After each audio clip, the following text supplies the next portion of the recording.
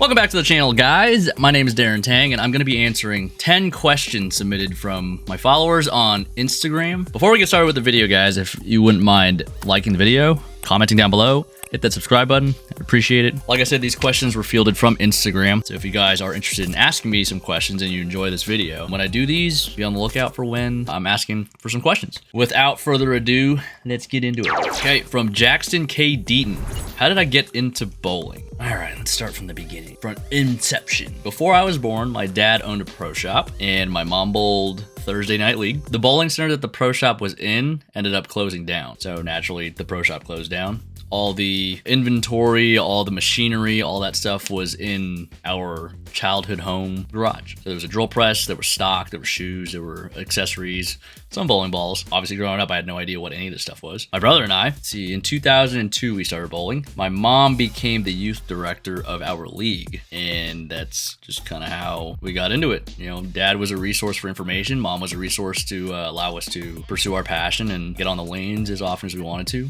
I would go to the bowling center after school almost every day, go practice. I didn't play any sports outside of bowling because all I wanted to do was practice all the time. Mikey, however, my brother, if you guys didn't know, they have a channel over at TV Bowling Supply. Check that out. Very informational. He played some extracurricular sports, basketball, golf, which is why he's a much better golfer than I am. I took 6 years off in my childhood and he did not. Even so, he might be better than me, but who knows? But yeah, that's how I got into bowling. Mom and dad, they were involved in the bowling scene, and naturally, us being at that Thursday night league every week, we wanted to bowl too. Question number 2 from Samu Bowls. Appreciate you asking the question. Send some questions in. Again, this is on Instagram. Appreciate if you go over there and follow me. I think I'm at 85-ish thousand followers right now. And I said, once we get to 100,000, if we get there before the end of the year, we're going to give away a bowling ball every single week until the end of the year. So let's make those weekly ball giveaways happen. Check me out on Instagram. Hit that follow. Who was my favorite bowler in my childhood? I was a big Tommy Jones and Norm Duke guy. If I had to pick one, I don't know if I could, especially after going on tour and meeting them. I know they always say never meet your heroes, and I can see why, but meeting the two of them and getting to compete against them was one of the coolest things that I could have asked for growing up as a bowling fan. Tommy, obviously, because he was kind of a trailblazer and had super high energy. He was entertaining to watch, hooked it more than most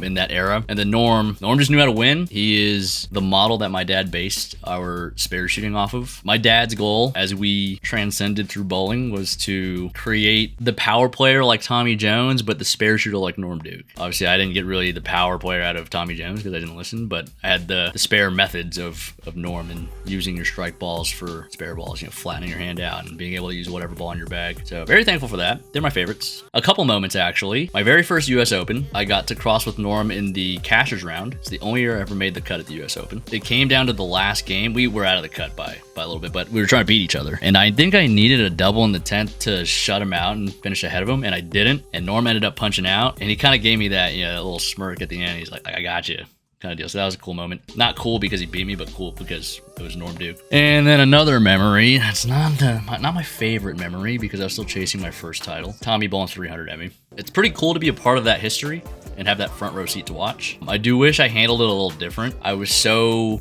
heartbroken that I didn't really have a chance to win my first title, and I bowled a really good game too, that I didn't really understand the magnitude of the moment until a good amount of time later. So very cool moment that I got to be a part of. You know, Tommy's Hall of Fame weekend, capping it off with a title and shooting 300 in the title match against me. But yeah, Tommy Jones, Norm Duke, a couple of my favorites. Also, if you guys are interested in the Equinox Solid, and I don't know if it's come out by the time this video is going live, but head over to tvbowlingsupply.com. Use my keyword code DTANG5 for 5% off. If not, you can pre-order it, but use my code, save you some money, get you a really nice colored ball. Rolls pretty good too. Question number 3, the robot cow is asking, what is something in bowling you wish you knew sooner? Bowl two-handed.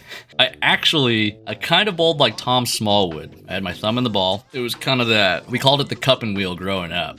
So it wasn't like a free swing, thumb in the ball. It was a thumb in the ball, kind of cradle like this. I was like perpendicular to the ground, my swing. It was crazy. I get a callus or a blood blister right here on my hand. Don't know how. Probably because I was shoving it straight into the ground. But I wish I was told to just stick to that and refine that. When I was 13 years old, I decided to go to a free swing, and I thought I reached my ceiling averaging 175 with that method of throwing a bowling ball. And boy, was I probably wrong. Who knows? It's all hindsight. Not really sure.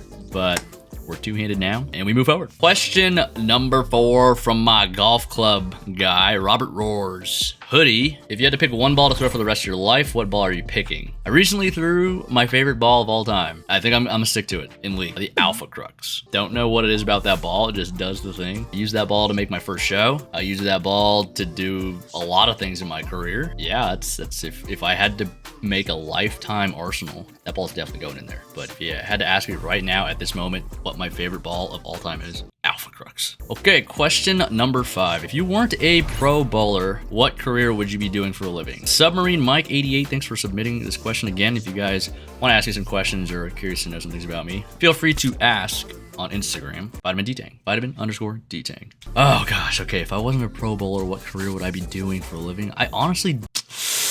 I wanted to be a professional bowler ever since high school, so it kind of made my decisions throughout college a lot easier. I always leaned on bowling. I always prioritized bowling. So if I didn't do that, I did get my degree in mechanical engineering. I think my dad was an airplane mechanic. He still is. What would I want to do? I think being an engineer for Google would have been cool because I went to school in San Jose. I've been to the campus. Mikey actually bought a car from a guy that worked for Google, so we got to go into one of the offices, and it was almost like a mini tour without it being really a tour, but it was really cool on the inside. I think working for Google would have been really cool. So I'm gonna go with that. All right, question number 6. Nobo Rusan. What's the best element of your one-handed game and how has it changed since going to two-hand? Prior to going two-handed, I think the best element of my one-handed game was the touch and the micro adjustments I could make to create different shapes to optimize my ball motion. I think that was what I did the best. How has it changed since going to two-handed? The only thing I do one-handed now is shoot spares. So I'm gonna go with shooting spares.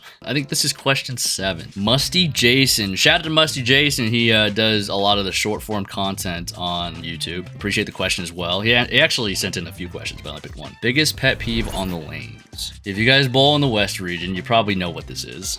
And if you're guilty, I'm not really sorry for getting mad because you should know the rules. Slow bowling and not going when it's your turn. These are the two biggest things that disrupt the pace of play. I don't get mad at the non-members because obviously they don't bowl week in and week out. That's something new to them. And I'm always open to helping people understand how the cross works and little tips and tricks I use to keep it flowing. 1, if the arrow is on your name, go. If the arrow is on my name, I'm going. I don't care what the pace is, where the arrows are at for the other players, I'm going. And 2, pace of play. You gotta understand how fast or how slow you are. And you have to time when you go based on that.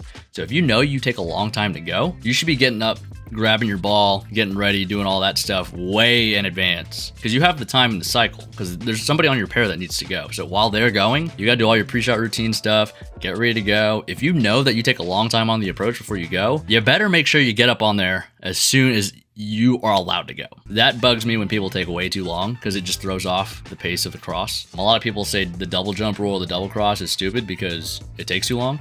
It only takes a long time if there are players that don't do it the right way. That is my biggest pet peeve. I'm gonna stop talking about it because I'm just gonna start getting mad. Okay, I think this is question number 8. Favorite song to listen to all time. Okay, we're exiting the bowling questions. We're getting into some more personal questions. So I have 2 strike songs. Haven't heard in a long time on TV because I haven't been on TV in a long time. They will probably remain the same. The Show Goes On by Lupe Fiasco is one, and All of the Lights by Kanye. Those are my 2 big ones. And of course, there's always some songs that float in and out as, years pass. The songs that get stuck in your head when you're bowling really good. There's a handful of those, but those are the 2 songs I always go to, and they make me feel a certain way when it comes to bowling, so I would go with those 2. Question number 9. Ooh, I like this. Top 3 sneaker pickups this year so far. Undefeated 4s has to be one. Undefeated 4s are a pair of shoes I've wanted for a very long time, so very, very cool and fortunate that I got a pair. The next pair wasn't so hard to get, but I think they're pretty comfortable, and I like the way they look. I like the way they fit. The Rare Air 4s. The Jordan 4 is my favorite model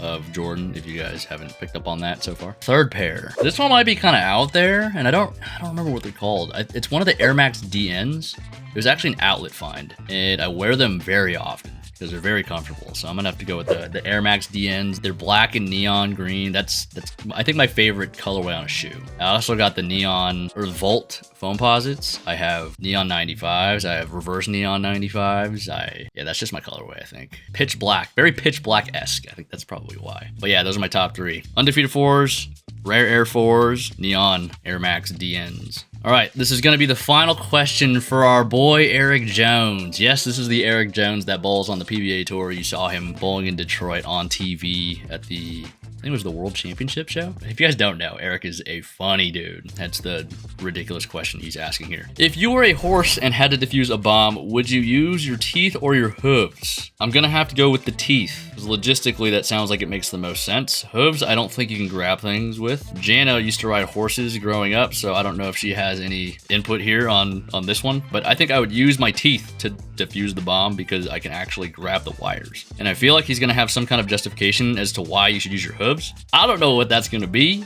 but I hope he does, and I hope he drops it in the comment section down below. And that's gonna do it for this video. If you guys enjoyed it, I would appreciate if you let me know in the comment section down below if you guys want to see more of this stuff. Also, let me know by liking the video if the video gets a lot of likes. And, I file through the videos and check to see what interactions are on what videos, and that kind of helps me decide what to do moving forward. Appreciate you guys watching, and I will see you in the next one.